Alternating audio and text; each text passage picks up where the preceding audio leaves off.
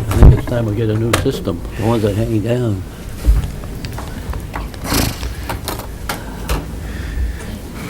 Okay, good evening, ladies and gentlemen. The hour is 7 p.m., and as mayor, I hereby call to order the meeting of Laconia City Council scheduled for this hour on this date, July 24, 2017. And as always, we will begin our meeting tonight with a salute to the American flag, and I would ask that you please rise and join Councilor Ava Doyle in the Pledge of Allegiance. I pledge allegiance to the flag of the United States of America and to the republic for which it stands, one nation, under God, indivisible, with liberty and justice for all.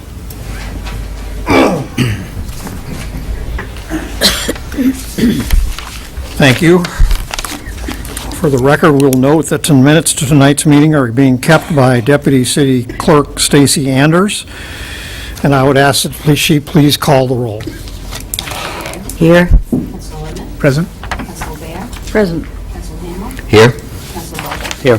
Presiding Mayor Edward Engler. Present. And we'll note for the record that Councilor Bounds is absent this evening.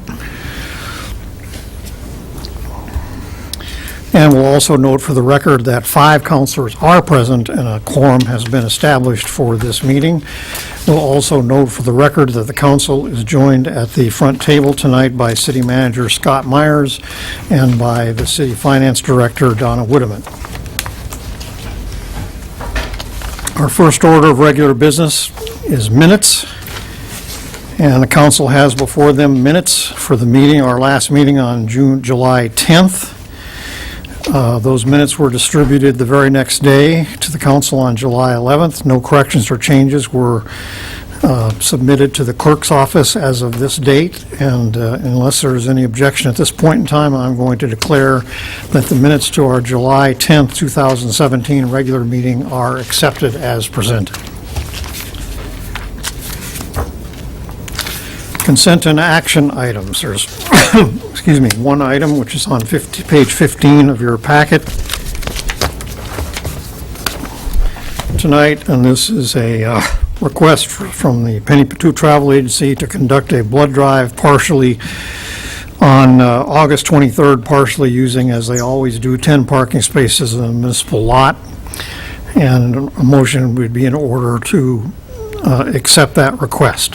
So move. Moved by Councilor Bullock, seconded by Councilor Hamel. Any questions, discussion? All those in favor, please raise a hand. Thank you. We have 5 votes in the affirmative. That motion carries. Next up, we have citizen comments for matters not on the agenda. This is the appropriate place on our agenda tonight for anyone to address the council on any matter that is not on tonight's agenda. Anyone who meets that description? Yes, sir. My name is Mark Burrell. I live at 68 Warren Street. I would like to propose that an amendment to the leash law be made. And my reason for that is because... Could you help us by moving that microphone in front of you there? Thank you. My reason for this is because I have AKC registered or UKC registered American Pit Bull Terrier. Twice I've been walking my dog and have had dogs come off the property, come across the street and attack me and my dog. The current leash law as it stands, and if I could give you guys... Just give me the clerk there and she can... The current leash law states that it shall be unlawful to intentionally permit any dog to run at large within the city of Laconia. To this end, the owner shall keep the dog on a leash or within an enclosure whenever the dog is not on the property of the owner. This section shall not apply to hunting dogs, while such dogs are under the supervision of the control of the owner while hunting.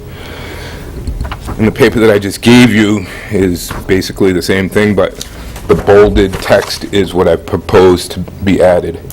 Further, unless the property is physically enclosed with an actual fence, not including electric shock fences or shock collars of any type, all dog owners must be outside with and in control of their dog. If there is no physical fence to contain the dog and the owner chooses not to be outside, then the dog must be physically restrained to the property by a mechanism securely fastened to the property. The reason why I've suggested that is because the last time my dog and I were attacked, the dog that attacked us had a shock collar on it and broke the shock collar, broke the fence. When I went back afterwards and spoke with the owners, they said that the dog does it constantly. Once the dog gets excited, it just ignores the shock value of the fence. I've spoken with the dog officer, and the dog officer is in agreement with me, and I called her today to remind her to be here because she stated to me that she would like to put her input in it, but she was in some kind of training, so I couldn't get a hold of her. I spoke with Scott about it. He feels that it wouldn't stand a constitutional challenge, but I think that it would, because it's not asking them to put up a fence.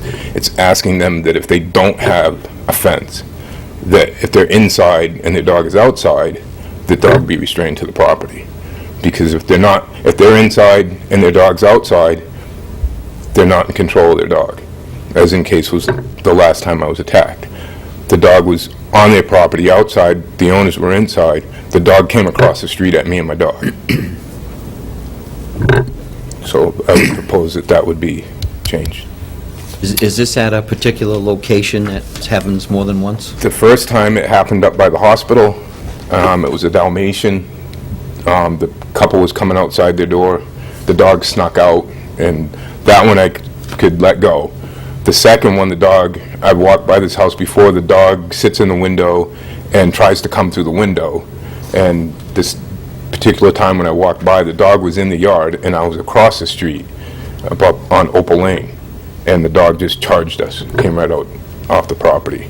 The dog's owner, I'm guessing she's a female, she come out and she's apologetic about it, and I continued on my way. And then afterwards, because I live around the corner, I went back down to make sure her dog was okay. And the husband said that it happens all the time, that the dog has gone through this fence before. And he said it's an electric fence, electric shock collar fence, but when the dog gets excited, she just chooses to ignore it. The dog officer, when I spoke to her about that, said that she's had numerous complaints of other dogs that do the same thing. A dog gets excited, it doesn't care about the shock that's being applied to it, it just wants to go after what it sees. So if you're in your house and you're not outside with your dog and your dog's running loose on your property and it comes off the property, then you're not in control of your dog. You're not in control of your dog if you're in the house and your dog's running loose on your property and it's not fenced in. I'm not asking that everybody be made to put up a fence, I'm just asking that if you have a dog and you're going to have it outside and you're not going to be outside with it, then it should be chained up somehow. Because I shouldn't have to worry about where I'm walking my dog. My dog has a bad rap as it is. It's a pit bull. People don't like pit bulls. That's just the way it is. So when I'm walking my dog, I have to pay more attention than the average person, because if somebody comes around the corner, my dog doesn't like other dogs, and a fight ensues, even if it's not my fault, my dog's going to be blamed just because it's a pit bull. It happens all the time. I see it on a daily basis. I have a friend of mine whose dog was a pit bull, was in its yard, chained up, and another dog came in, the pit bull killed the dog. They killed the pit bull because it killed the other dog. I don't want my pit bull to be put to sleep.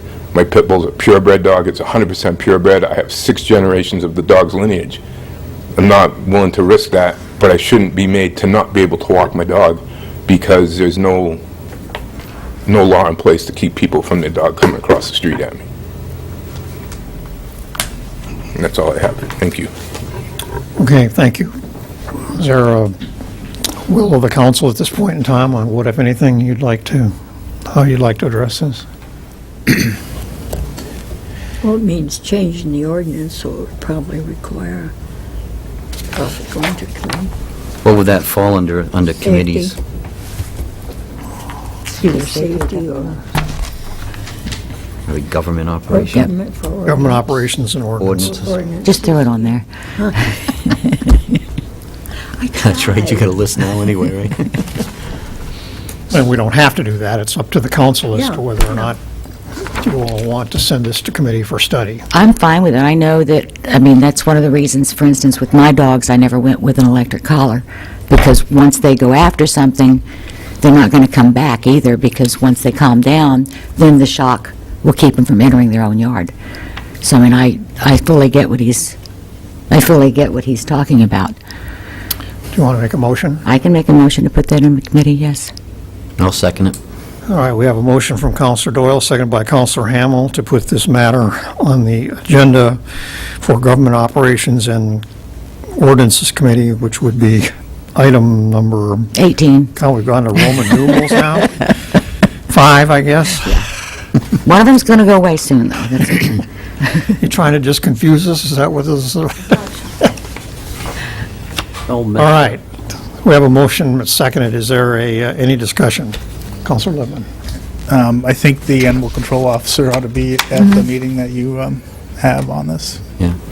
Maybe in the meantime, too, Scott could check with legal and find out if that it would pass fly. muster or whatever words might be. Yeah, Mr. Burrell came in to see me, but this language he's presented tonight is different than what he spoke with me about. And Oh, this is okay. the- And this is the first time I've seen it, so Yeah. we're happy to run that and get input from all Okay. parties. Yeah, because I can understand his point also, because when I had a dog, I used to walk it, and that happened.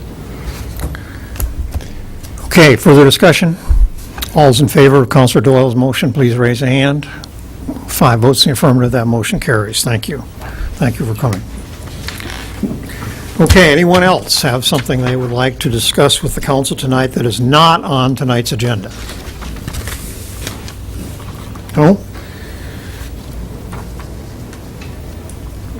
Okay, we're down to presentations, and I believe tonight on our agenda, we have what's being called an informal presentation update from the Navigating Recovery of the Lakes Region organization, and I believe that Daisy Pierce and Officer Eric Adams are here tonight. So we welcome both of you. Thank you. Could you please pass these around for me? Thank you. So as was mentioned, I'm Daisy Pierce, the Executive Director of Navigating Recovery of the Lakes Region, and I have with me Officer Eric Adams. Pretty sure you guys are familiar with him. We're just here to let you guys know a little bit about Navigating Recovery. We're a local recovery community organization. We're located on the 3rd floor above Greenlaws. We've been there since December of 2016, so we're relatively new. And for those of you who don't know, a recovery community organization provides one-on-one coaching and mentoring for people suffering from substance use disorder. So we help people who are suffering from either alcohol or drug abuse get on the path to recovery. We do that in multiple ways, but the first step is that someone comes in and meets one-on-one with a recovery coach, who is oftentimes an individual in recovery themselves, and so they can help that person identify the best individual path, because they have had lived experience and oftentimes have been in the shoes of the person that they're sitting across from. So in addition to that, we work with Belknap County Jail. We send recovery coaches in, and they work with inmates, so that way upon re-entry, they have a coach to come to and a friendly face to meet with at Navigating Recovery. We also respond to overdoses at the hospital, so anytime there's an overdose and a patient is willing, we will send a recovery coach up, and they will meet with that patient within 30 minutes of becoming conscious.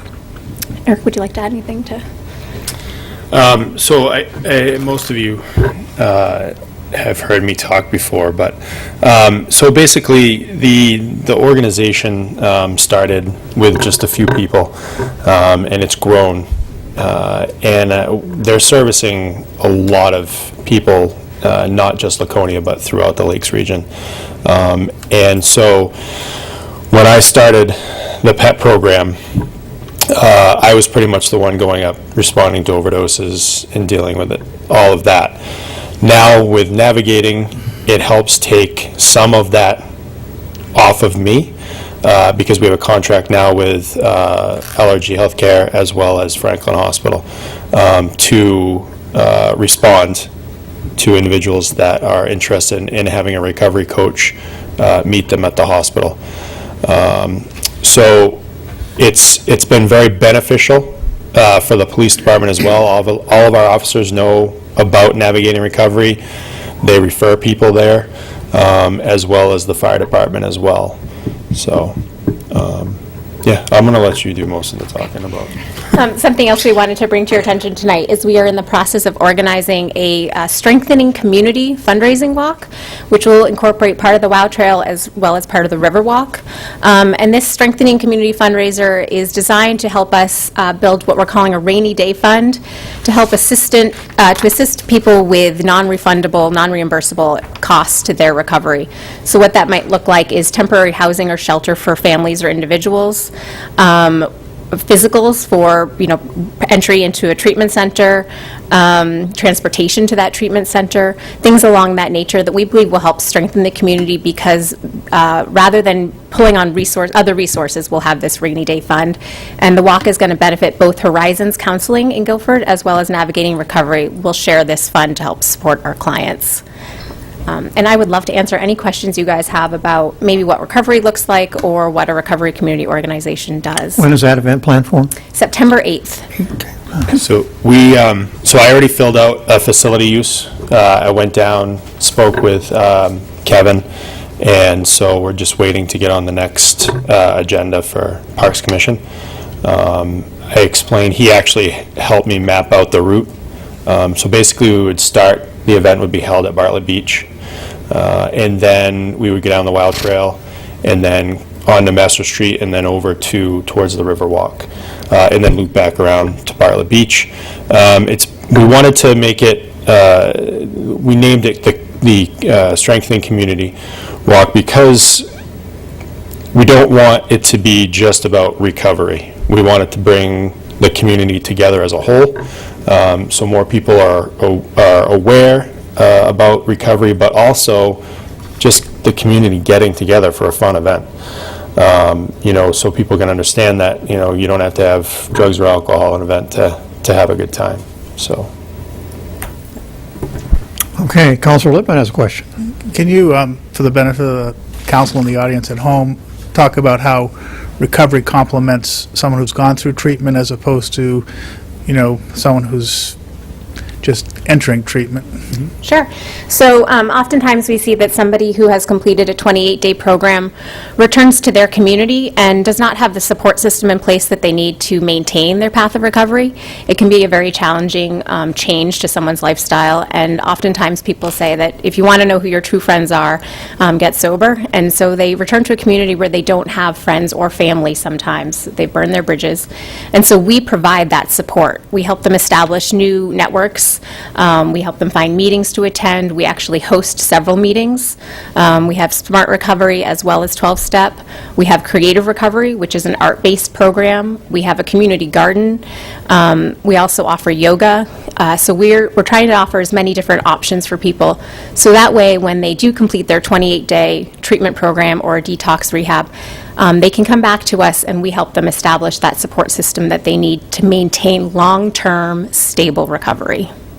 Does that include things like vocational counseling and helping them get a job and all Yep. that? So we do have computers for job searches. We help people fill out any applications. We can do mock interviews.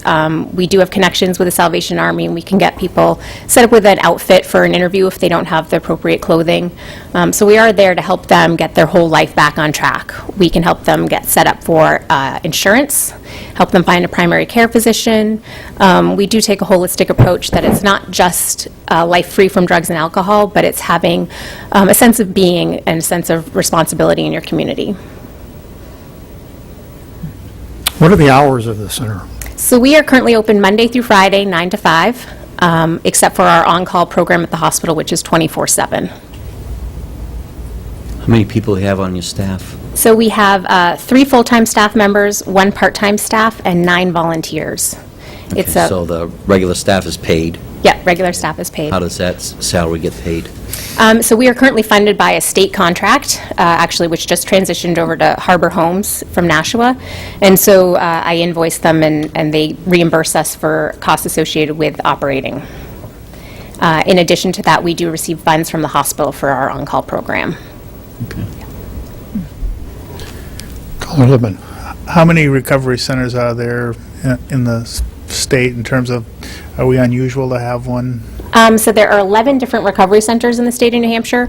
One of those organizations has 7 locations all under the same umbrella. So it is a relatively new thing, but it's been growing quite rapidly throughout the state. We are the one closest to Laconia, or we're in Laconia. We serve the majority of the Lakes region. There is a recovery center in Tilton and one in Franklin as well. How many clients do you help right now, do you? So we've had over 250 clients come in since December. I'm actually sure that number has gone up quite significantly in the past month because of the overdoses at the hospital. And returning clients, we have about 50 that come in on a regular basis. And the others kind of gave up, or? Or entered into a treatment and have continued from there. So once they enter in treatment, you have nothing to do with them? No, we hope that they come back. We encourage that they return. We oftentimes try to get a release of information signed so that way the treatment center can correspond with us. But recovery is one of those things that it might not take the first time, but when someone's ready, it will stick. And so we always want to be there for them whenever that opportunity might be. Councilor Lemon. In terms of just fitting in with the neighborhood downtown, can you share how that's worked? Yes, so we've got some great landlords, GC Engineering. We're on the beautiful third floor. They've renovated that space. We're next to Pat Wood's law office. And within that building, we also have other holistic practitioners, Reiki, meditation, yoga, massage therapists, chiropractors. What was that? Counseling. Oh, and counseling. M. Ladak is on the second floor. So as a building, we've gotten along very well because we're all in the business of helping people. It's been a great fit for us. And one of the things that we appreciate is sort of the anonymity that our clients have when they enter that building. You could be going to see any one of those offices, and so there's no judgment on the part of somebody who might be shy or embarrassed about seeking help. They can come into a building and no one knows what floor you're going to. As far as the rest of downtown, we don't have much frontage, so we haven't experienced any complaints or anything of the nature, but I think people do know we're there. Yeah, I would definitely extend an invitation, for any counselor that would be interested in coming down, just walking in, taking a look at the space. You can also check the website out, and it's a beautiful spot. And I think the downtown area itself has really accepted, and I mean, I've gotten a lot of feedback from business owners, so that are positive. Do you prescribe any kind of medication out of there? No, we do not have any prescribing clinicians, but we do help people find medically assisted treatment if they want it. Question for Eric. In terms of just the bigger picture of what's going on in the community, there has been, as Daisy referenced, a recent uptick in overdoses. But just in terms of, can you give us some sense of how things look from when you started the position to where you are today? Yeah, so unfortunately, the drug that we've been dealing with since we started the PET program hasn't really changed too much, except the potency has increased. Methamphetamine is still out there. It is a lot more prominent than it was back in 2014. I think the biggest and scariest thing right now is the carfentanil. I think that's one of the things that is really affecting individuals. People that are using, if they're using the same amount that they were on a normal basis, they get something that's a lot more potent, then all of a sudden they go into an overdose state. Thank God we do have a fast response time for the paramedics. But as far as our numbers, I can tell you I have right now 87 people that have entered into my program and are now in long-term recovery. That's huge from when we started of not really knowing what we were going to do and how we were going to do it. I've worked with now just over 200 people. So it's working. And I think having Navigating Recovery here has just been so positive for this community. At first, I talked to some community members and they they were thinking, well, we're not really sure we want a recovery center just because it's downtown. You know, you're going to have addicts out walking around the streets. But that's not the case. The fact of the matter is it's anonymity. It's an opportunity for someone to get help when they're ready. And we definitely have a lot more resources in this community now than we ever did, I think. And that's in tune to just collaboration, you know. I can tell you I'm proud of this city. We are above and beyond a vast majority of communities in this state.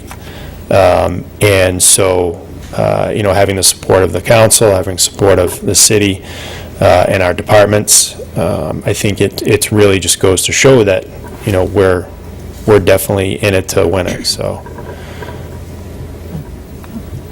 Great.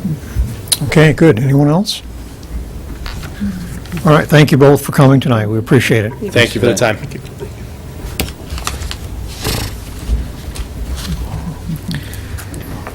Okay, on to mayor's report, and subject tonight, as has been the case over the past few meetings, is the matter of the state school property and the so-called Lakeshore Redevelopment Planning Commission. As you know, for several meetings now, we've been talking about making our appointment under the new law to that commission, and so I'm going to give you a report on that tonight and a recommendation. I received several pieces of input from counselors since our last meeting on this subject, all of which pointed toward former Mayor Matt Leahy. His was the only name that was suggested to me, and I had a discussion with Matt about the position and what it would entail and where the whole situation was going, and also shared with him that we had one member of the community, actually two at first, but one dropped out, so to speak, but we had one other member of the community express interest in serving on that board and representing the community. And so I discussed that matter with Matt as well. And when Matt learned the name of the person who was interested in serving, he was greatly enthusiastic about that and wholly supportive. So I think bottom line on it, as far as Matt was concerned, if called upon, he would serve as he always does, but he'd prefer the other person take on that responsibility.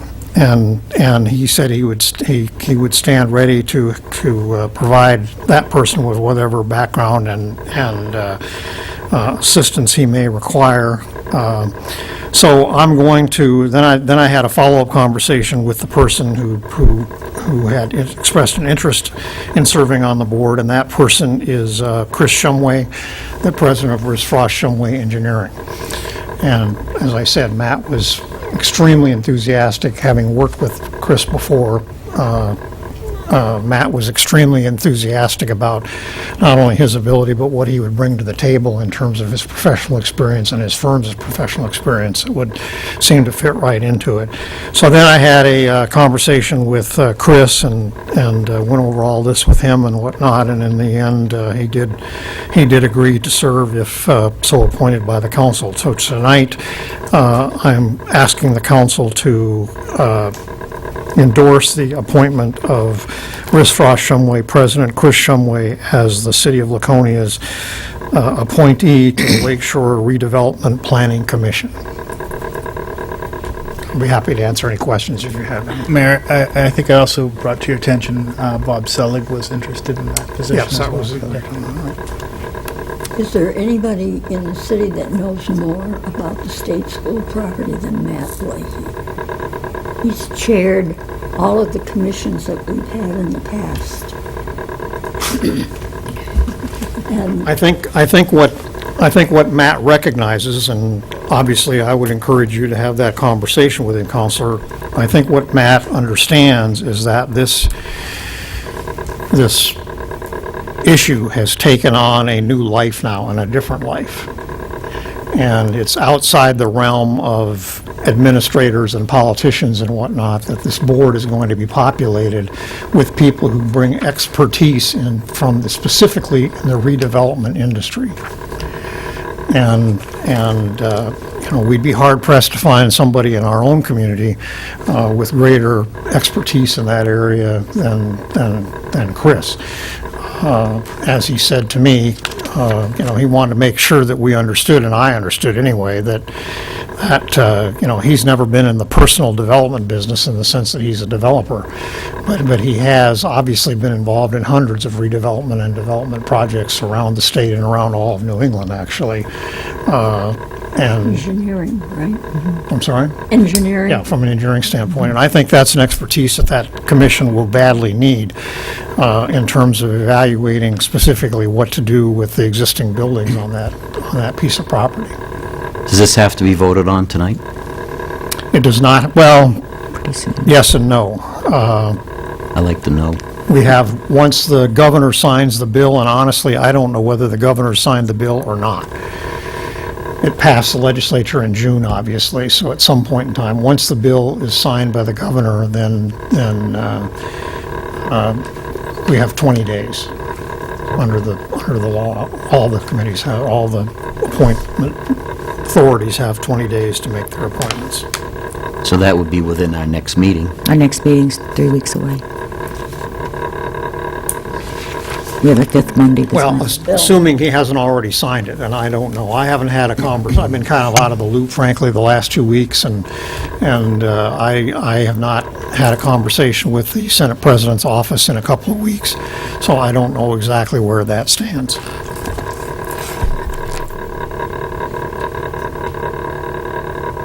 Our next meeting is the 12th, is it? 14th. 14th of August. So that would be within the 20 days. It's 3 weeks. It's 3 weeks from today, so if that's already been signed or got signed this week, then we probably would be out of the loop for August 14th.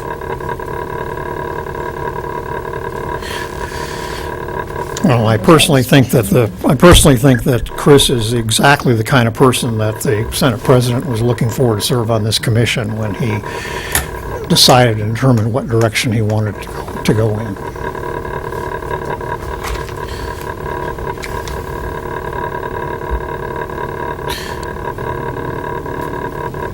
Well, I mean, the fact that Matt Leahy vouches and is excited about it tells me that he's pretty confident that this would be a good choice. Yes, and I think that was Yeah. genuine. I mean, he's Yeah. worked with Chris personally and with Ms. Frost-Shumway throughout his career. And I value Matt's opinion, in so... Laconia on any number of projects, certainly all the school projects and whatnot.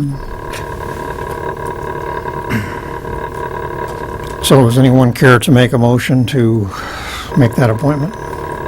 Just make a suggestion, just that if we have time or don't have time to have a special session, just, it's a really important issue. I think it'd be, the council feel more comfortable if we have a chance to talk to Chris, to find out kind of what his perspective is, so we have a sense of whether where he might go with it is, somewhat consistent with where the council would like to go with it.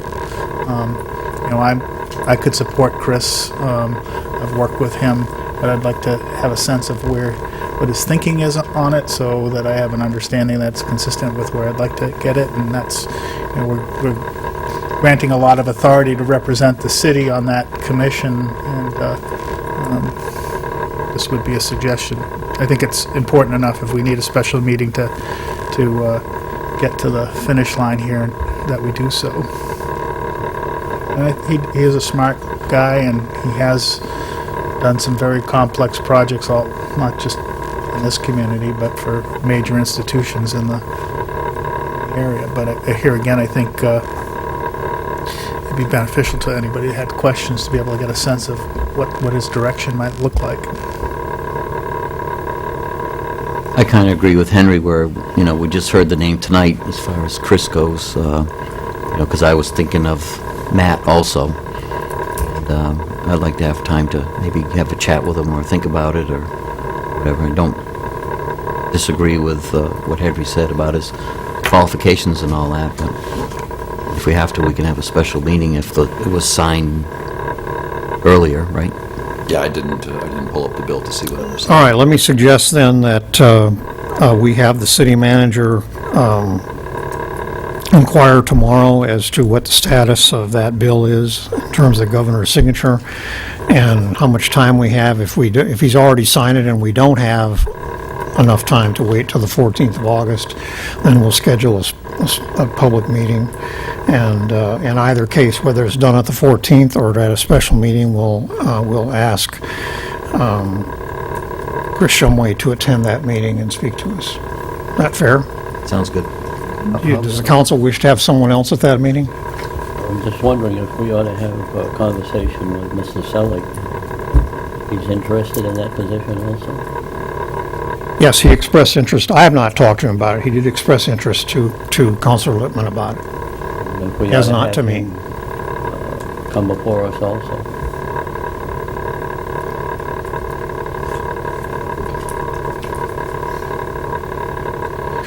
I think it was signed by Governor Sununu on 7/18. So, according to this site, the governor signed the bill on July 18th, so 20.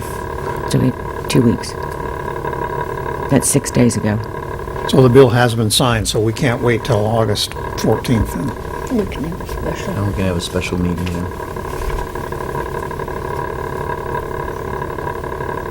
Can So arrange do it. you all, what's the will of the council? Do you want other people to come to the meeting too, or just, Councilor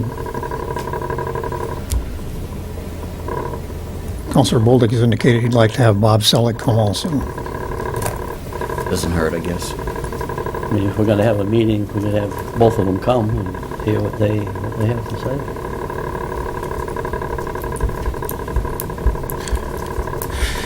I'd be good with that. Okay, we'll need to set up a special meeting then. Okay.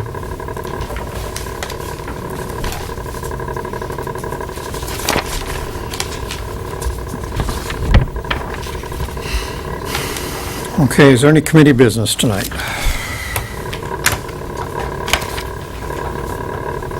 Any liaison reports?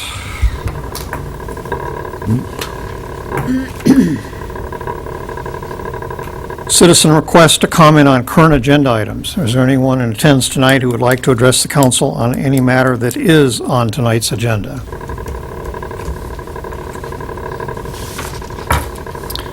City Manager's report, Mr. Myers. Thank you, Mr. Mayor. Included in your agenda packet for tonight's meeting, we have the project update.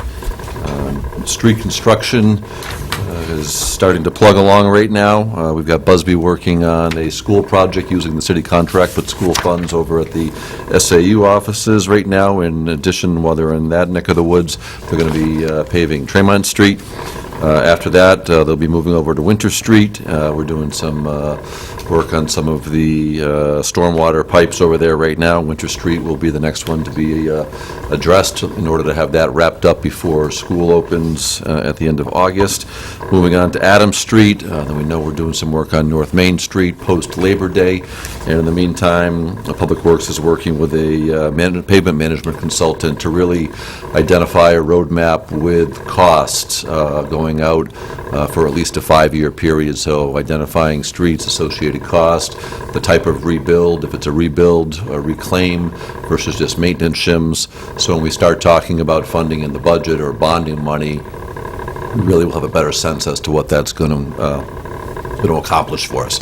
The other thing that Wes Anderson, our Public Works Director, has done, he's working with the consultant on road bases, the substructures now. So when we go in to start doing work or planning work on the roads, we're identifying what the base is made up of, because there's no sense in going and reclaiming a road and spending a lot of money if your base underneath it isn't known to you and of the quality that's going to support the work you're doing. So that's going on. Frank Bean Road has been complete. We're doing a major drainage project that we're moving along in conjunction, not in conjunction, but because of the location of it on Messer Street near the shoreland. We're working with the state, obviously, for whatever permitting on the outflow in the pipe, but working in the area of Dutil to takes care of some stormwater over there. Lakeside Avenue, we got a couple of small punch list items. We've got an issue with some of the grass in front of the Veterans Home, and just where that got planted very late in the project and didn't have a lot of time to take hold before some rain came and some heat came. Now's not the time of year to necessarily be going in and trying to replant, but that's something that we're monitoring, and we'll be addressing that as temperatures cool a little bit towards the end of summer into early fall. And then, of course, we'll be going back in post-Labor Day. No date has been set yet, but to put the final pavement course on down on Lakeside Avenue, and then cut in the poured, colored concrete crosswalks as well to go in. But all in all, a lot of very positive comments on the project to continue to come in from residents and visitors alike. What else do we have going on? The wells have been drilled at Robbie Mills. One is yielding about 10 gallons a minute, which was basically the bare minimum what we needed. The second well is producing less than that. We have lined up the subcontractor, which was included in our cost estimates, to come in and frack at least one of the wells, maybe both of them, in order to get us the yield that we need out of that, depending on that sub's schedule. It might happen toward the end of this week or the very first part of next week. In the meantime, Guilford Well is continuing work on the other connections and stuff, so work is progressing, and that's going on there. And Busy Corner, the great donation that we received from CVS, they've started to mobilize. It's been a little bit of a slow mobilization, but they're there on site with some of the hard pack. We've worked with them, with our staff, in putting irrigation into that site so that it'll be able to be maintained and flourish. And the contractor has indicated he would be substantially done, if not by the end of this week, then by the early part of next week. And then we'll be working with some of our staff to do some plantings and stuff in around the hardscape. So I really expect that to pick up a little bit as we get into the latter part of this week. So that's the update on projects. Tennis courts are open. Happy to answer any questions that anyone may have. Any questions on project updates? Councilor Hamel. On Lakeside Ave, I was reading it says the punch list is pretty much done. When I was up there, there was several granite curbs that were kind of tilted, and I mentioned that at one point, and they're still tilted. And I don't know if the grouting was redone on those granite sections because of the rain that happened while they were doing it and all that. A lot of it washed out. So I'm just wondering where they are with that. I will get that information to you and report back. I don't know the answer as we sit here tonight. Most the ones that seem to be tilted are ones by the drainage systems. Okay. I'm not sure if that's something that's tied in with the final wearing course going in, but I'll get the answer for you and get it back to you. It'd have to be physically moved.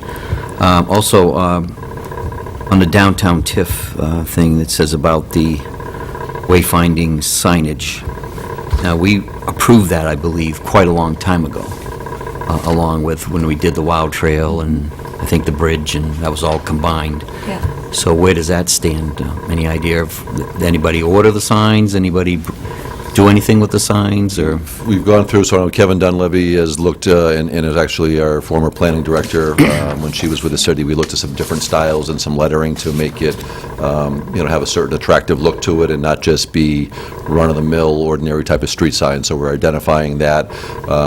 As I shared with the council probably a month or two ago, we did run into a hiccup with the it used to be the Safe Routes to School program on the sidewalk grants that now is called the TAP grant, Transportation Alternative Program. So we aren't utilizing those funds, but we've, because of the cost involved in going out and using the federal contract with some of the wages and some of the engineering requirements. So we've rebid that. HEB Engineering, and I think the information is in there, is rescoping the work to meet our needs for those types of paths and stuff. So I think there's a couple of things happening at once, but Kevin Dunleavy is definitely looking at the signage to tie in with the Wild Trail being complete and those segments of the Riverwalk that we're slated to do.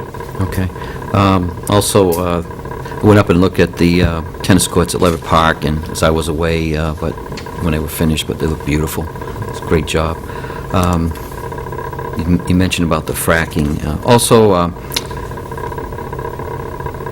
probably you just answered that question, but I'm going to ask it about the Riverwalk finishing or doing from here to the Spar. I mean, that's another thing we approved, probably 3 years ago now, Yeah. and we don't see anything happening, so. I think it was about 2 years ago, and that was, again, we were tying in with some of those funds that we were matching, which was waiting on the federal fiscal year, which is on October 1st, which we were anticipating receiving those funds this October 1st, and then again, looking at the cost benefit of using the federal dollars versus the extra layers of restrictions, requirements, and cost on it, indicated that we could do the job more cost-effectively and efficiently without that. So we've rebid the scope at HEB Engineers is working on that. Okay, so that and- ties into this Yes. whole thing. Yeah. Okay, and my last thing for right now, anyway, is the land at Busy Corner that you had success having them clean up.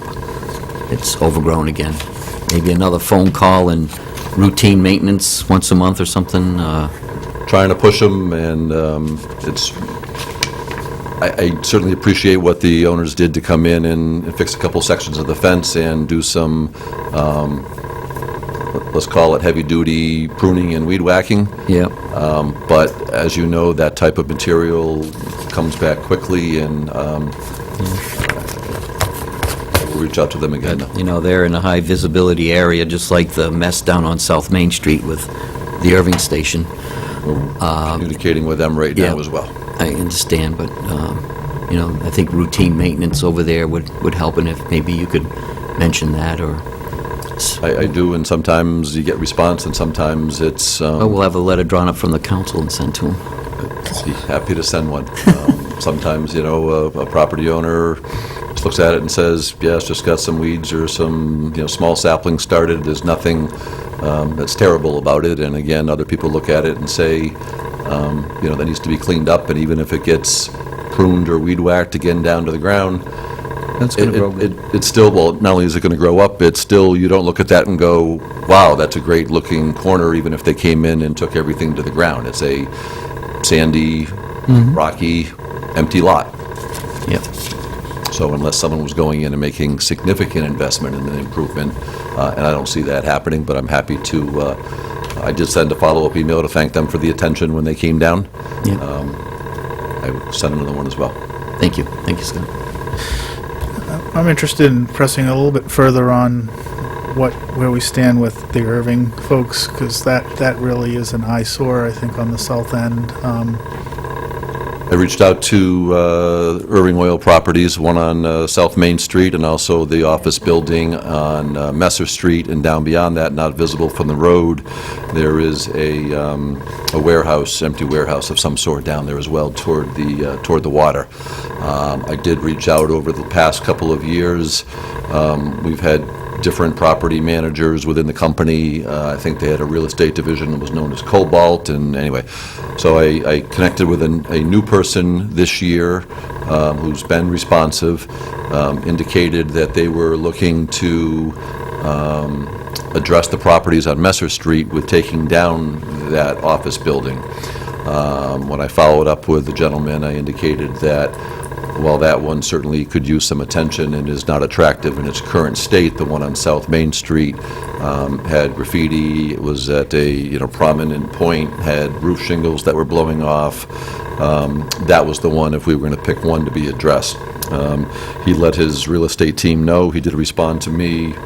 I think I forwarded him to Councilor Hamel because he and I have been communicating this for about 2 years now anyway. 2 years anyway. But without having the email in front of me, I think to summarize it is, they have actually gone out and assessed all three properties, the South Main, the Messer Street office building, and the warehouse behind it. They've gone out to engage the services of a demolition company, done an assessment to determine if there's any asbestos or lead or anything like that needs to be treated, and their intention was to be awarding a contract with hopefully taking all three of those buildings down sometime in mid-August, is my recollection. So I followed up again beyond there and said, okay, will the buildings come down? What state will you be leaving it in, and what's the plan to maintain those so that they're, as attractive as could be? And they indicated that they would be looking to put a maintenance program in place for those sites. I made an inquiry as to whether or not they were going to be putting them on the market to sell, and they indicated not at this time. What got me to think about it a little bit more, other than just going by it, is that, in the Boston market, I saw them bragging about how they take care of their properties, and I think, this is an example where they're not, and, to the detriment of the city and its appearance, and I appreciate all you're doing to try to get it on there, but, I think there are a lot of positive things in terms of properties that are being improved upon in the city, and it's important to note those as well, but we've got a few like this that are really eyesores and, owned by well-established companies that don't need to leave it like that. So I just say I did share that email with Councilor Hamel, and I think I put the mayor on copy to it as well, so that he was aware. I will certainly forward it to all of you. It wasn't that I wasn't trying not to share information, but I just know Councilor Hamel in particular has been on his radar for a while, so I just wanted to kind of keep him in the loop, but I'm happy to share that with all of you when I get to my desk in the morning. Yeah. And I agree with you, and we are... we have advertised over the last couple of Laconia Links editions for the Front Porch Awards coming up, and I know we've received some submittals. As some of you know, Nancy's been out of the office for a couple of days here and there over the past week, but if we don't have some awards ready to go for the August 14th meeting, they will be ready for that positive recognition, at least by the August 28th meeting. Yeah. No, I agree with Henry. Like Scott was saying, I mean, we've been in communication for 2.5, maybe 3 years on that building down there, because we keep getting calls from the constituents in that area. It's been a slow slug as far as trying to get them to do something. It's too bad. But they're good at what they do on Union Avenue, but they're not a very good neighborhood neighbor. Is leaving a building in that situation for this long, especially when we've contacted them so many times to try and address it, and basically got ignored, or they'll go down there and weed whack or whatever and leave the spoils inside that little fenced-in area and not do nothing about it. And they just removed all the oil tanks and gas tanks out of there and just left a gravel area when they didn't even pick up when they did that, they left some kind of absorbent tubes there, and those are still there, all deteriorating. So it's pretty unconscionable in my mind of what they've done, especially, like Scott said, it's the entrance to us from our south end, and to see something like that, because the rest of the neighborhood in that area is really good. I mean, everybody's taking care of their properties, and you go in and you see that eyesore, and it's not a good situation of what they've been doing. Is there anything more we can do to put any muscle behind it in terms of ordinances or whatever? I guess, let me put it this way, is there anything we can enact that's going to help you get this done? I have been working with the fire chief and kind of through budget season, been busy and focused a bit in some other areas, but on some of the multi-unit buildings, modeled some proposed ordinance changes on some provisions that other communities have done on some of the 4-unit and greater type of multifamily units.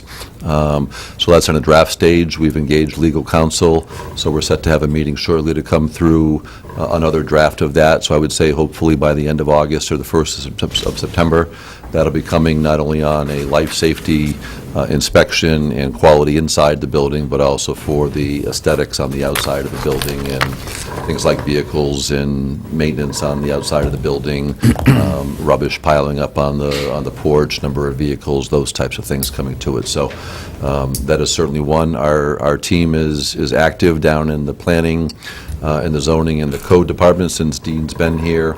We've been a little bit short-staffed with someone out on a medical issue, but I know he's been working with his crew down there that, we're all eyes all over the place in what we're doing right now in trying to to monitor and enforce and to note things.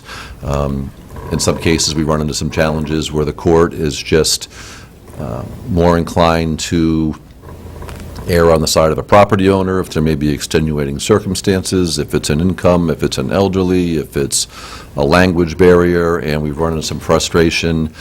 In some cases, it's letters are going out and even uncertified mail not being signed, and we're having that discussion right now between fire, police, and building codes right now on a particular property, on what we can do for an out-of-state address or addressee that's not signing for certified letters, and we've got some issues, so we're looking at postings and trespass and condemn and those RSAs to see what it is that we can do and be able to have it be enforceable. So that conversation actually has been going on for a while, but picked up some steam on Friday and over the weekend and again into today. I was going to bring this up later, but I think maybe as a council next year, whether we're here or not, but I think it's really time that we look into making this code enforcement guy more full-time instead of part-time, because I think that there's plenty to go see and do out and abouts here that I think we're at that point where we should have a full-time code enforcement person instead of 24, 25 hours that he puts in now. There's a lot of properties out there that need attention, so something to think about. Are you at the end or pausing? I'm at the end unless there's more questions. Yeah, okay, Councilor Lippman. Had a question about, and you may need to get back to us on that, just sort of observing some of the good work that was done in, for example, the Pocket Park downtown that was outside the bike shop there, that in terms of maintaining those spots, so do we have a plan, like I went by there recently and looked like it could use some maintenance. I don't know if they're on a schedule or not, but if they're not, they'd be good if they were, because it needs to be, the initial of it looking really good, and then I think, the winter and whatever, it needs some attention. I'll get back to you on the schedule. I know I'd walked over there a week or so ago, and I thought everything was in bloom, and the water was bubbling through the millstone, and it was looking good, but I'll double check and get you some information. I got a couple of pictures I can show you afterwards. Did we hire a part-timer that works during the summer to work downtown like we have for the last 2 years? We've been having challenges in some of our seasonal maintenance, not only in the DPW position, but in the parks, and we're still running some ads right now to try to find some of the seasonal laborers. So we didn't have one this We year? did not have a dedicated downtown, and that person wasn't necessarily doing the park maintenance. They were more Right. doing, walking the street in the parking Right. garage and trash and grass growing on the sidewalk type of thing. But as the economy's gotten better, we've been challenged in finding some of those labor positions, especially where ideally we want somebody who can work past Labor Day. And in a lot of cases, if it's of a high school or a college-age person, they're starting school at the end of August, and, we get them for a very short window, and by the time you come in and do a little training and get the skill set you need, they're turning around and heading off to school somewhere in a lot of So I think cases. the last, well, they had two as far as I remember, but at least one of them progressed and ended up being full-time. He's over in our park I don't know about department. the other one. I don't know if he is still around or not, but He anyway. is around with I us, think too, so, in a too. different capacity, yep. Yep, so something for their future. We are advertising. You probably see him out in the paper every day still looking for seasonal help right now. Okay, thanks, Scott. Well, Any other questions or comments for the city manager? Okay, we're on to new business. First order of new business, call your attention to page 21 of your packet, is a temporary traffic order. First time temporary traffic order request, this one for the City on the Lakes Triathlon Festival, which is scheduled for Sunday, August 13th. And you have that traffic order spelled out for you on page 21, as I said, between the hours of 7:30 a.m. and 11 a.m. And that will center around Opeechee Park. Mr. Mayor, if I could just give a brief update. Sure. So the same entity that was introduced to you back in the late winter or early spring had originally talked about doing 2 triathlons, the full-blown event on the Saturday and a smaller, call it a sprint triathlon, more of a weekend warrior or recreational one on the Sunday. And this is a gentleman at a firm that does these types of events literally around the world and has the wherewithal. There just wasn't enough time by the time he got the approval, and people who do the world-class type of events had already committed their calendars elsewhere because they have limited windows that they're training for and where they can go and do these events. So he's not doing the full-blown event on the Saturday, just doing the sprint event on the Sunday, but it's still his full intention a year from now to be, now that he's got a year behind him, to be doing the marketing and advertising, to come back and be doing the world-class event and the more recreational event in future years. But it just, for the significance of the events and the lead time that he had, it just wasn't marketable for him to do the large event for this year. So you're just seeing the Sunday event this year, but again, we're hopeful going forward for next year. Any questions before we get to making motions? Okay, and motion would be in order to approve temporary traffic order 1713 having to do with the City of Lakes Tri-Festival on Sunday, August 13th. Moved by Counselor Hamel, seconded by Counselor Bolduc. Any discussion? All those in favor, please raise a hand. And 5 votes in the affirmative, that motion carries. Next order of new business is not in your packet. On the agenda is a tentative agreement with the Laconia Public Works Department employees, members of Local Number 534, Ask Me, Council 93 AFL-CIO. Mr. Myers. Thank you, Mr. Mayor. This was presented to the council in a non-meeting session a couple of weeks ago, as is allowed under 91A for collective bargaining conversations. This is a 16-member union out of the Public Works. It's the heavy equipment operators and the laborer segment of it. And again, I share with you the total impacted cost of the one-year proposed contract is $20,492. Again, 16-member union, and I support this. I've agreed to the tentative agreement.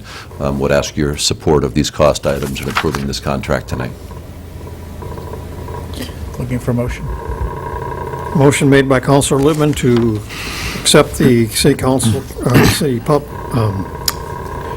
Manager's recommendation to have the council approve the terms of a tentative agreement with the Laconia Public Works Department employees, members of Local Number 534 of Ask Me, Council 93, affiliated with the AFL-CIO. Is there a second? Councilor Hamel seconds that motion.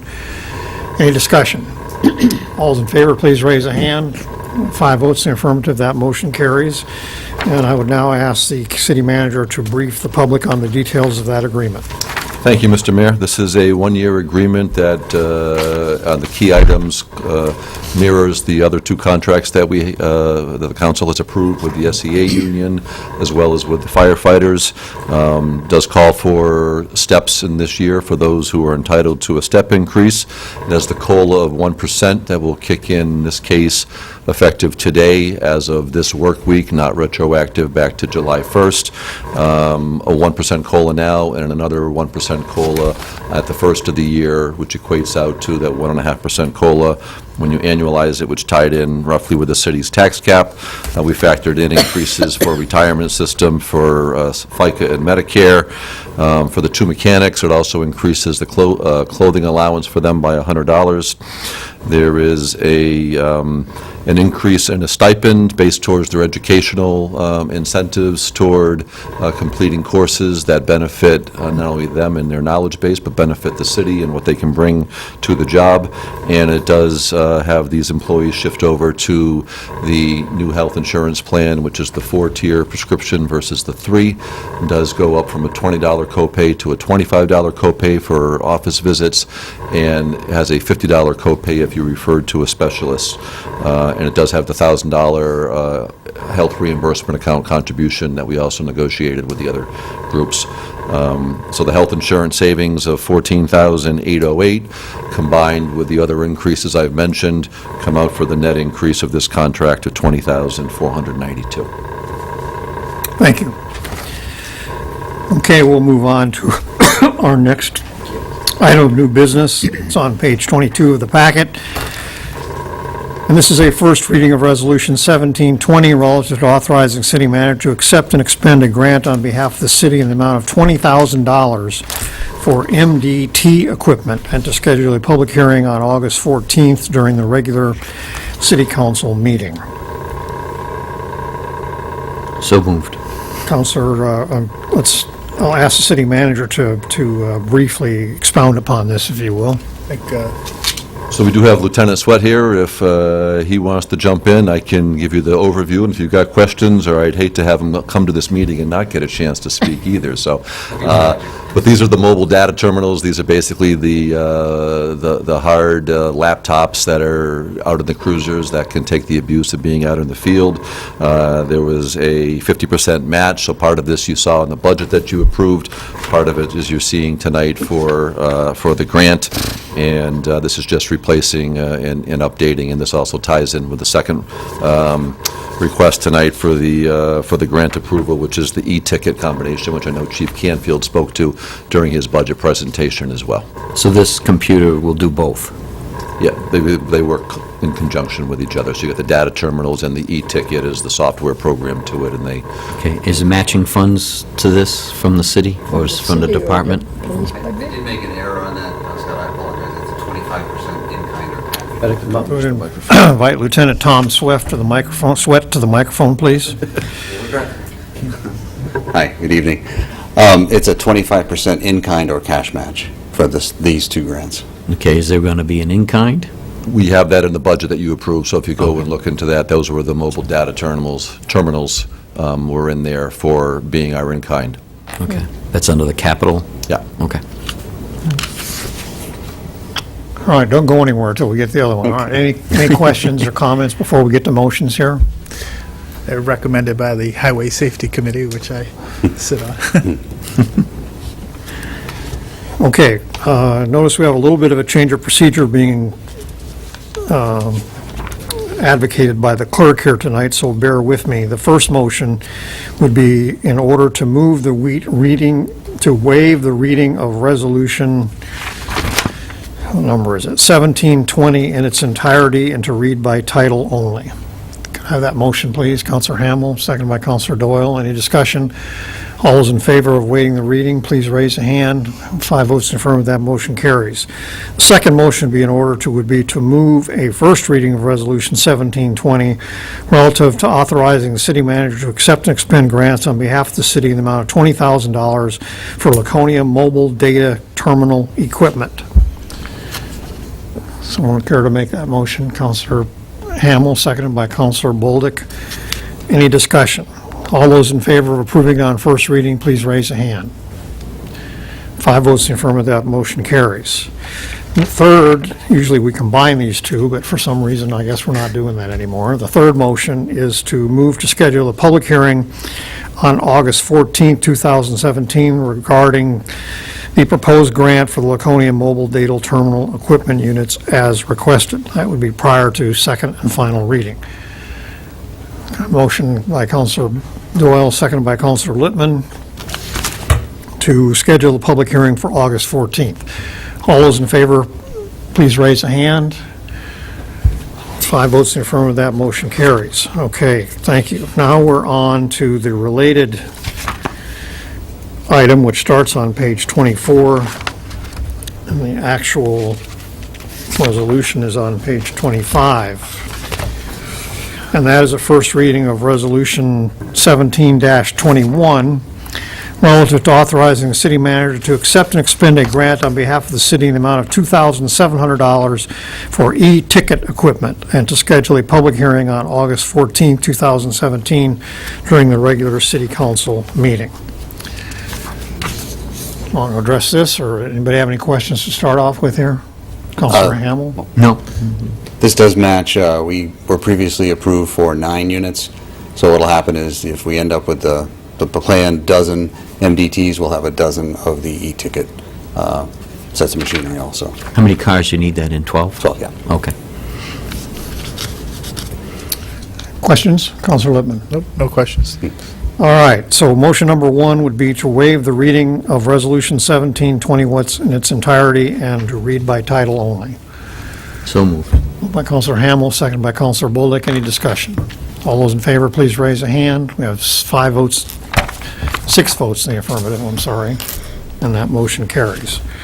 No, 5 votes. 5. 5. Yes, I lost track here. Ghost counselor. All right, second motion would be in order relative to Resolution 2117, and that is to approve a first reading of the resolution relative to authorizing the city manager to accept and expend grants on behalf of the city in the amount of $2,700 for Laconia e-ticket equipment, 3 additional units. Counselor Doyle makes that motion. Counselor Bolduc seconds the motion. Any discussion? All those in favor of approving the resolution on first reading, please raise a hand. We have 5 votes in the affirmative. That motion carries. And then lastly, regarding Resolution 17-21, we need a motion to schedule a public hearing on August 14, 2017, before second reading regarding the proposed grant for Laconia e-ticket equipment units as requested. Counselor Bolduc makes that motion. Counselor Doyle seconds that motion. Any discussion? All those in favor, please raise a hand. 5 votes in the affirmative, that motion carries. Thank you. Yes, sir.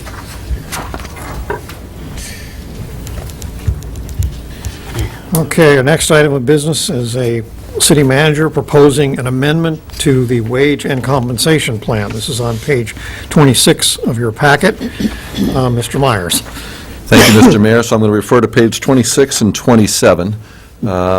So what is occurring here basically is we're looking to remove this particular position, which is a payroll personnel assistant position, out of the SEA union and make it a non-union position, just because of some of the sensitive nature of information they're privy to, and being with the union, we felt at this time we are hiring to fill that position. We thought it was appropriate to work with the union to make sure they were fine with us removing this position.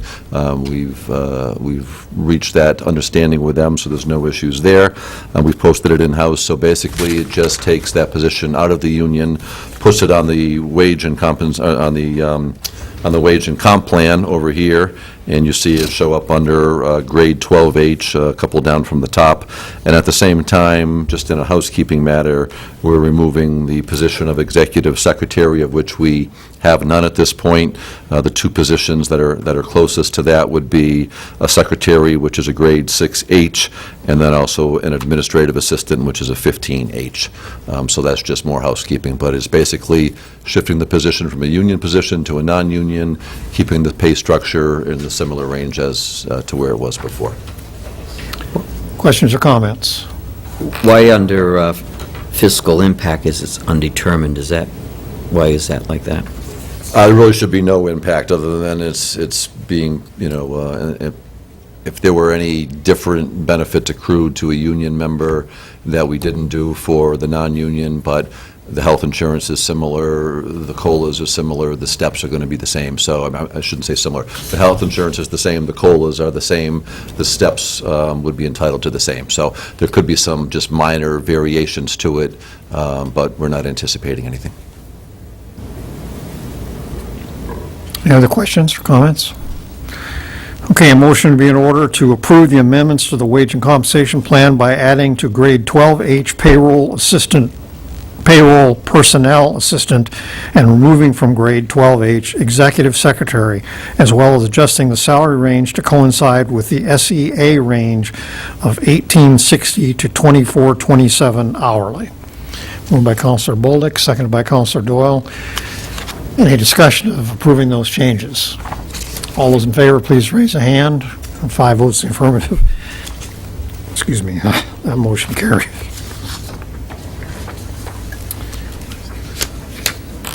Okay, we are on to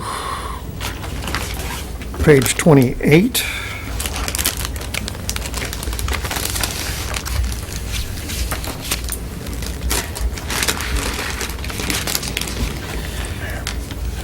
This is a request to schedule a public hearing on August 14th to declare city streets as emergency lanes. You have a memorandum in your packet submitted by Wes Anderson, Director of Public Works. So now that the budget's out of the way, we're revisiting the issue of streets we thought were city streets that turned out they weren't city streets. So I'm assuming everyone has read that. Do we want to make a formal presentation here, or? Wes is here to answer questions, just very briefly, just to tie up from where we were, maybe back in the March or April timeframe. We were going to reach out to our legal counsel, which we did. Jay Whitelaw, one of our attorneys for the city, indicated that within her connections and the groups that she works with the New Hampshire Bar Association, there was a subcommittee or a section of the bar that was for municipal attorneys, and that she would kind of bring this as a topic and frame them and kind of get their input. And I'd say almost to a person, she reported back that the attorneys were like, you don't want to go in and start trying to change legislation regarding roads because of the ripple effect of one change. There are so many RSAs out there regarding streets and roads and public and private and the different classes that you can have very many numerous unintended consequences with what seems simple.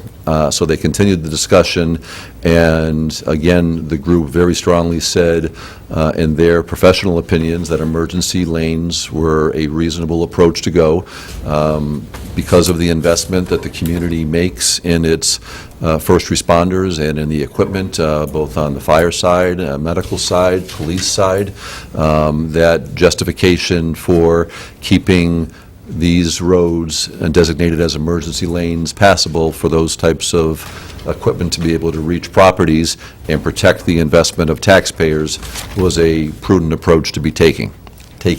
So that was the recommendation of legal. Wes has identified some of these that are maybe a little easier or just a little bit more obvious. We do have to go through this process and have public hearings for them. So rather than throw everything on at once and have to do all the mailings or the notifications that we will be required to do to abutters, we're breaking them down into smaller, more manageable blocks, if you will. And Wes can certainly chime in, and he's here for questions at a much deeper level than I just went, if you have any. But this is the first step in the process. Councilor Hamel. The one question I have is, when this is all done and said and done, are we looking at, we're going to be plowing and maintaining more roads than we are now? No, basically, we'll be plowing and maintaining less, because conceptually what we're looking at is those that we have found to be private and truly are supposed to be private, we'll go through the process, notify the property owners that we're not going to be maintaining you at some point in the future. Okay. One of the conversations we will be having with the emergency lanes is to what level of maintenance is going to be our policy, and be applying that across the emergency lanes. So everything from, plowing snow on up to what level of paving or pothole filling or drainage and those types of things is the level. So that will be a bigger overriding conversation to set the policy, so that when we finish this process with emergency lanes, Wes and his crew have the direction as to what our policy is and what level of maintenance, because that could add some significant cost if we were trying to bring these all up to a level of well-traveled city streets. So it'll be a case-by-case decision on how much maintenance will be done, right? Or will they all be treated the same? We're probably looking to have a policy that we're treating emergency lanes in one manner. So that way we're treating them consistently, as opposed to, well, these emergency lanes should rise to this level versus other emergency lanes to a different level. So one question I have is a follow-up to Councilor Hamel there. Staff is developing, I'm reading from the report, a policy that recommends City Council limit use of emergency lane designations to those roads that were intended to one day become public. And in talking with the city attorneys on this, the way she put it and the way we've been looking at it is there's a lot out there that just don't say. They don't say whether they're public or private. The opinion from the attorneys is if it doesn't say it was supposed to be public. Now, it doesn't mean that they've gone through the process to accept it, but there are many out there, that say this is private, or a private landowner held it for it. Those are the ones that we're looking for to see what's out there, so we don't come forward and turn those into emergency lanes. So I guess the obvious question is, and maybe you haven't reached this point yet, but are we going to get to the point in this process where we're going to be saying to residents of the city who have heretofore had their roads plowed, when clearly their road was a private road and the intent was all along for it to be a private road, that the city is going to discontinue that service? And we have done that in the past. Matter of fact, it was done in 2008, and we did give notification to Pendleton Beach Road and Boathouse, although we never did anything on Boathouse, that we did find evidence of that is a private street, and it specifically says in the transfer document to the association that it can never become a public street. Pendleton is one of those? Is part of that? So the answer is yes on those that are Yes. clearly identified as are private and cannot be public. We will be not just cutting off service with no notice, but doing the outreach and trying to work with, it's easier to work like with the Pendleton Beach area because there's a homeowners association in place. There might be some that are a little more challenging, but again, we're going to be cautious. But the intent is, what I'm reading here, at the end of this process, if your road is clearly intended to be a private road, even if we have maintained it in the past, we're no longer going to do so. Correct. If it's I just want to very make sure clear on everybody's that. on the same page on Yeah. that. So are we also, Scott referred to it, we're going to give them plenty of, are you intending to do this before this winter? We already gave Pendleton Beach Okay. notice about a month to 2 months ago, Okay, saying that we weren't transitioning to the 1st of October. okay. So the intent is to work it through that way. So you're not intending to do that road over the winter, this coming Correct. winter? We're not intending to do that road. We have found sufficient written deed evidence that it's not a city street and can never be a city street. Okay, great, thank you. And again, on the ones that are less structured and don't have those homeowners association, we're going to work with them and not leave them in a bad spot. Okay. So we're picking 7 roads tonight. What's the total? Right now, we're sitting at 46. So 46 that should be public roads, 221 that shouldn't be. There's 221 that are definitely are private, and we haven't been doing anything with them before. And the best example is Southdown and Long Bay. Is what? Southdown and Long Bay, those are private, we don't do anything with it. They're in the 221. The rest are either are in this nebulous zone that we're trying to figure out. So that 221 is not even in consideration at this point. So the 7 is 7 out of 40-something. Correct. Okay. Counselor Lippman.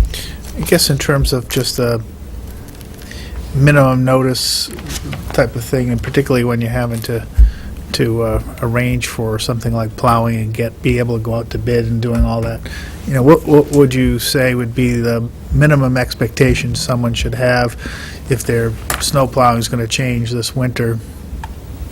The intent from what I've got right now, we're still going to be processing it, so I don't anticipate any more changes this winter other than Pendleton Beach. And I'd have to look back, but I think they got their notice in May. They have a homeowners association, they're well organized, they've got time. So, I think, for example, I think 3 months' notice may be It's too not long enough. not long enough for people to be able. We would not be, I think what Wes just said, we would not be changing anything else for anybody going into this winter at this point where we are. So Pendleton's the only one for Correct. this It's the only one winter because of that's the going to reasons we happen? stated. Okay. And they had some pretty good notice Yeah. last year that they knew it was a private road and it couldn't be public, so. Okay.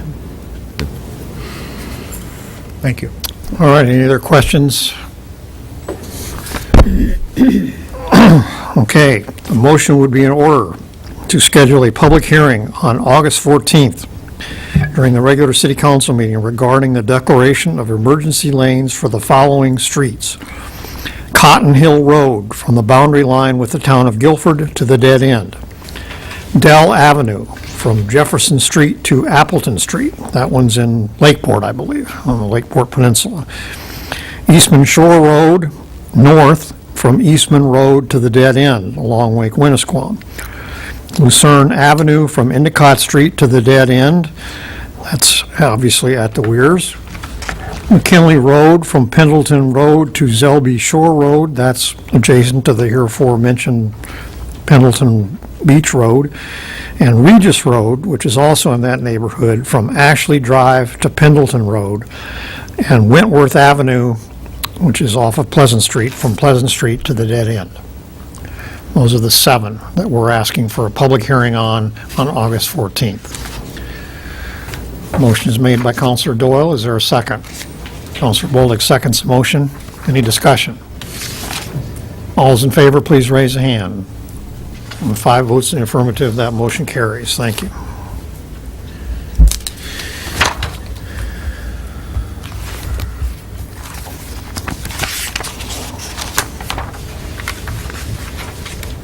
Next up, on page 30, is an intermunicipal agreement governing the joint economic activities between the City of Laconia and the Town of Guilford. And I would ask for input on this from the city manager. Thank you, Mr. Mayor. So this was a document that goes back to the early 2000s, and it basically was dealing with the creation of the Lakes Business Park, a joint effort between the city of Laconia and the town of Guilford, and also some other opportunities to work together cooperatively toward economic development programs. And that includes the extension of water from Laconia into Guilford in a couple of areas. So the reason I'm bringing this to your attention, it was approved by the council back in 2001. What I'm focusing on tonight is the water franchise extension, which the Water Department drew up a map and went before the Public Utilities Commission in 2003 and identified areas of expansion that the communities agreed to, and the reasons behind it, that it was an appropriate expansion and there wasn't another likely source, and therefore they weren't infringing on some other rights. But what's driving it is there was a request from one of the properties in Guilford that is within that water franchise, and that's on page 32 of your packet with a map. So it's Waterford Place. It's out in the area of the airport off of Lily Pond Road. Waterford Place comes down and basically dead ends in Guilford at the Laconia line.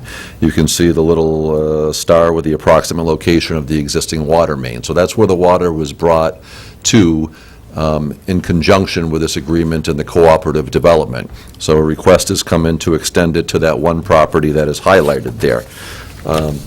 Just because of the age of this agreement and knowing that there's been some conversations and questions raised about, why are we expanding water to other communities and they may reap the benefit of property taxes or something else.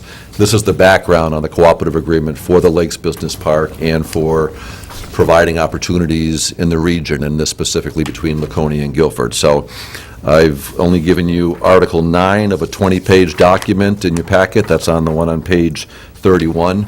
But the bulk of that deals with the creation of the Lakes Business Park. And so now I've also given you the highlighted map as to where the extension is looking to go. And then the minutes from the Water Commission meeting are on page 33. Where Seth Nuttleman, the water superintendent, has brought this to the attention of the Water Commission, just to remind them that this is in place and the request was made, and to basically just kind of refresh and document the discussion and that everyone's on the same page going forward as to why water would be expanded to that property in Guilford. So it's more of an FYI. It wasn't to ask you to necessarily do anything different, but just to...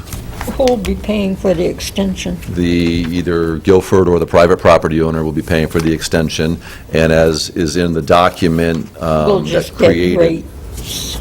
We'll just get water rates out We'll of get it. water rates, but we're also allowed to charge 15% above the rates, Right. which will be applicable in this case as well. So we'll get our normal rates plus 15% above, which is allowable with the franchise and serving that community. And there'll be no cost to Laconia water users as far as extending the water line. Counselor Hamel. Since this, I don't know if you want to call it a contract or whatever, back to 2001, has any adjustments been made in the rates of the water being sent into Guilford and other areas too. So I know it goes all the way past the church up there into that development that they put in, well, we just started being on a council quite a long time ago.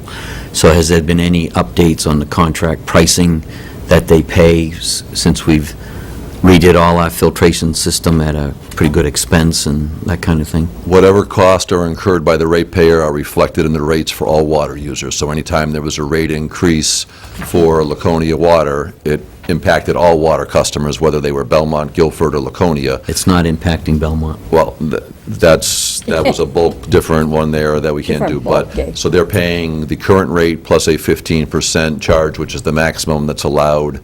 I forget if it's the Public Utilities Commission who put that in. I want to say it's the PUC, but don't hold me to that. But they're paying current rates that anybody in Laconia would pay plus 15%. So there's, this is part of Hounslow Ave, correct? No, this is out off of Lily Pond Road. Oh, okay. And Waterford, so it kind of backs in. By the Sportsman's Club. Yeah, okay. I thought you said it was, Well, part of that original agreement was creating Lakes Business Park and creating economic opportunities in the region, in this case, the region being but isn't Guilford. this one up here, Lakes Business Park? It is, but this 20-page document, of which you only have Article 9, most of that document, so on page 31, that's only one page of a 20-page document. That included... Lakes Business Okay. Park and this section with it. So they blended it in and said, we're creating the park and putting the infrastructure in for the betterment of both communities, and at the same time, we're looking to expand water, which can benefit the communities as well. So as part of that agreement, that now we have to vote on this? Nope. No. We don't. It was voted on, it's there, I'm just sharing it with you, so if someone comes up and says, how come Laconia Water is expanding into Guilford? So that's a Water Commission decision? Right. Well, the Water Commission decision, yes, but this agreement to create the business park and expand the economic opportunities, that was a city council decision back in 2001. So that's a council decision to create that, and that's in play as it stands today. And the Water Commission oversees the expansion of water, but it's in their franchise agreement, and the request has been made. So it was more or less just because of the length of the votes of these years ago, we just wanted to bring it forward so that nobody was caught off guard. Thank you. Any other questions? Okay, we'll move on to the next item of new business, and that is a discussion regarding allowing counselors to participate in meetings electronically, as determined by 91A, paragraph 3. And that is on page 34, staff report. And Counselor Doyle, is this in your wheelhouse? It is. This is basically what I'm asking tonight is to get input as to what the other counselors feel about, since we're redoing all the rules of conducting a meeting, this is really if we want to include this in the procedure. Do we want to allow, if someone's out of town, in the hospital, at home, sick, to allow them to participate in a meeting? If so, we will need to get some special equipment, a speakerphone, We'll probably need to set up Yeah. some kind of speakerphone situation. so that we can do this. So we have enabling legislation, we have the option of adopting or not adopting. Correct, and the thinking was to be proactive and do it at a time where it may not be political or contentious versus somebody may be looking to do it for, That extra vote, yes. And if we're redoing the minutes... Not going to be yeah. here, and I know they're going to vote the way I want them to, let's do it. So I think if you, so the physical quorum still needs to be present. You can't have everybody in their own world. It has to be reasonably practicable. There's two questions that get asked in the beginning, and one of them is, was it not reasonably practicable for you to attend tonight? And that could be any of the things Councilor Doyle mentioned. It could be you had a scheduled, family trip because there was a wedding and it just happened to fall, but you want to, participate in the meeting. It's not that, geez, I didn't want to get off my boat this afternoon and come down because it was too nice of a day. what about play rehearsal, does that count? Like- So that's where it is.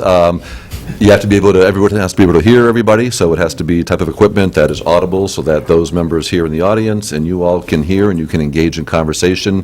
The one little nuance that can be quirky, especially if you've got a big group, which this one isn't, but everything needs to be done by a roll call. So, for instance, on our NHMA board, of which I'm a part of, there's up to 25 members, and sometimes somebody calls in, and that means everything. Every from vote, you have to do a approving roll minutes- call? Roll call, because you need the audible, because you can't see. So that would be the one change. A physical quorum needs to be present.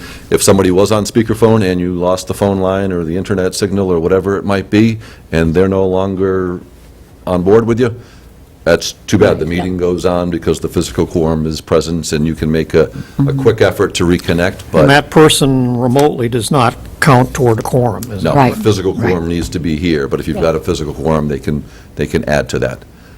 But if we're going to redo the rules, now's the time to include this or not include it. Do it. So what's the will of the council? She's asking, you're not asking for a And we- vote tonight? Nope, and we don't, well, that'll come when we actually present it. We just don't want to spend staff time and put it together if there's no interest in even thinking about Looking it. for a consensus from the council tonight as to whether the council would be predisposed to exercise this option. We have one nod here.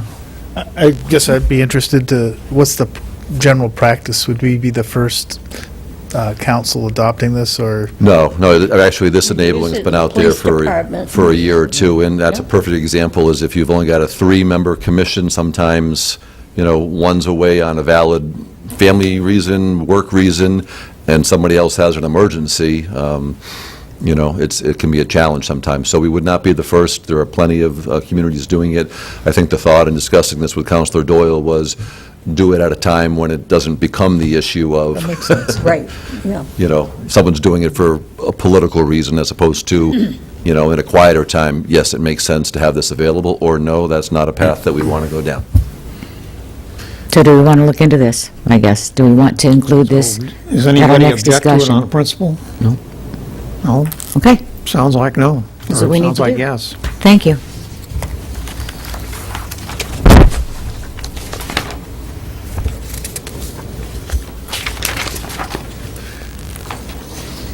Final fiscal year carry forwards. That's on page 35, starts on page 35. We don't have to read it all.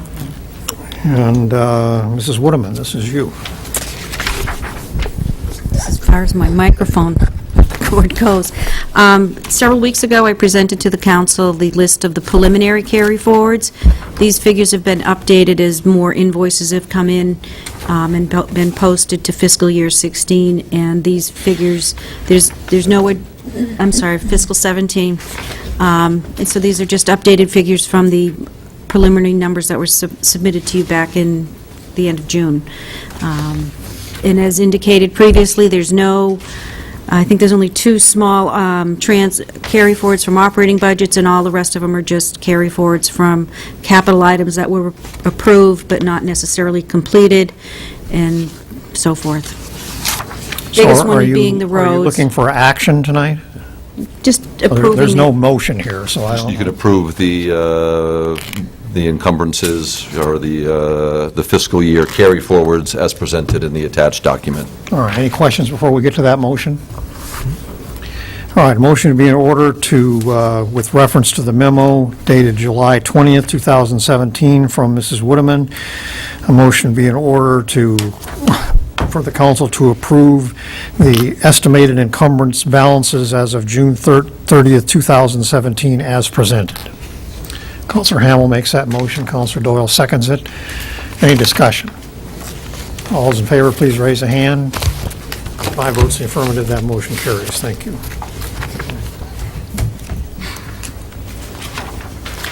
All right, that ends on our new business. We have one item of unfinished business. And I believe you have a copy in your packet on page 40. This is with regard, once again, to the now infamous mound of sand adjacent to the Laconia Airport. Now, Counselor Bounds is not here. Should we table this to the next meeting? I was thinking of it. So you have in your packet there a memorandum from Scott Dunn, the downtown administrator in Guilford, to Scott Myers, in which he indicates that the town of Guilford, after the mound is gone, will be happy to install large boulders along the Guilford side of the property line in an attempt to eliminate as much as possible any trespassing onto city-owned property. And I believe you've also said that Steve Smith is going to set a pin.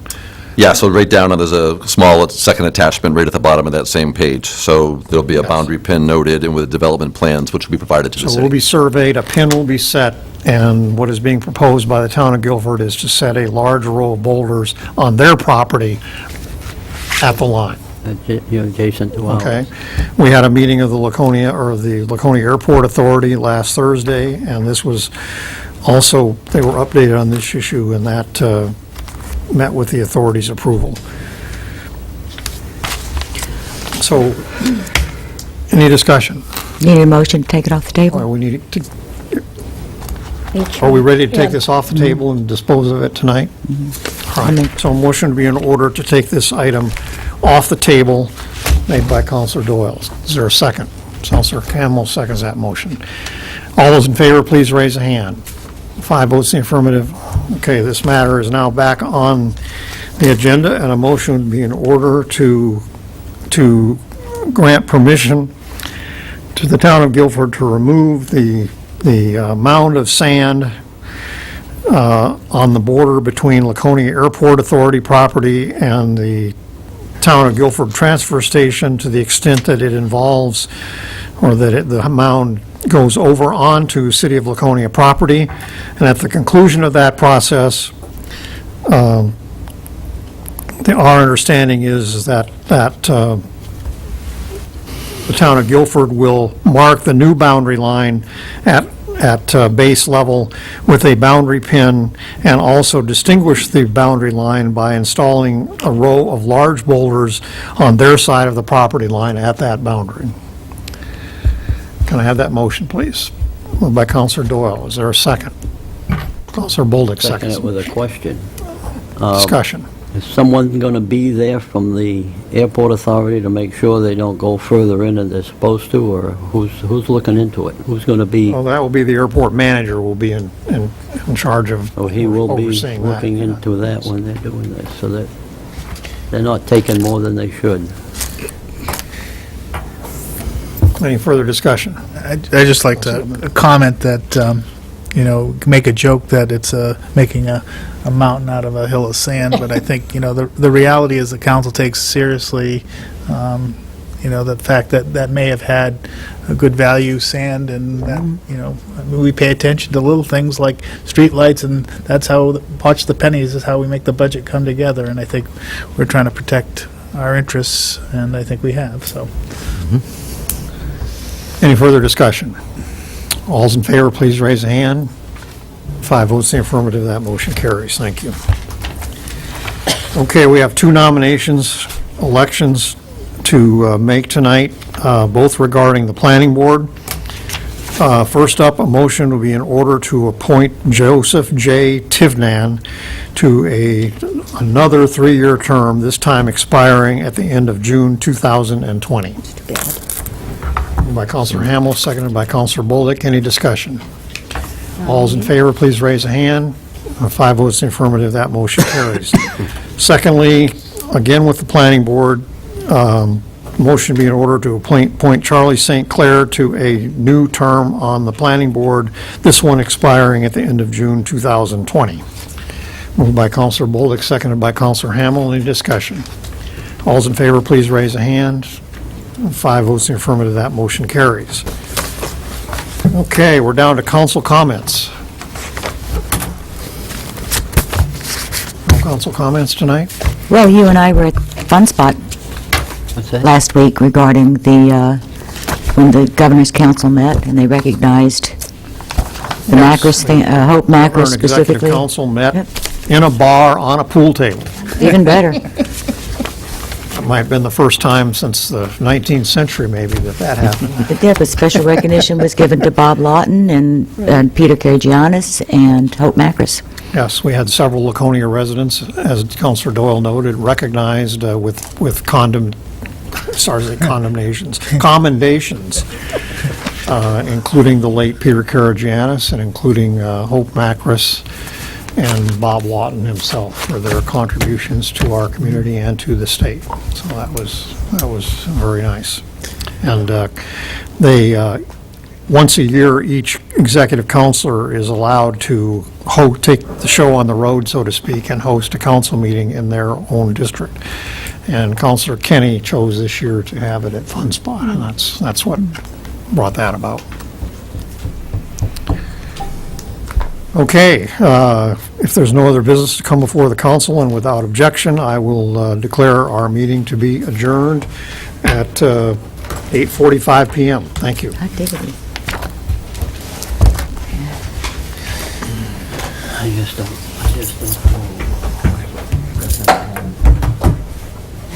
We don't vote.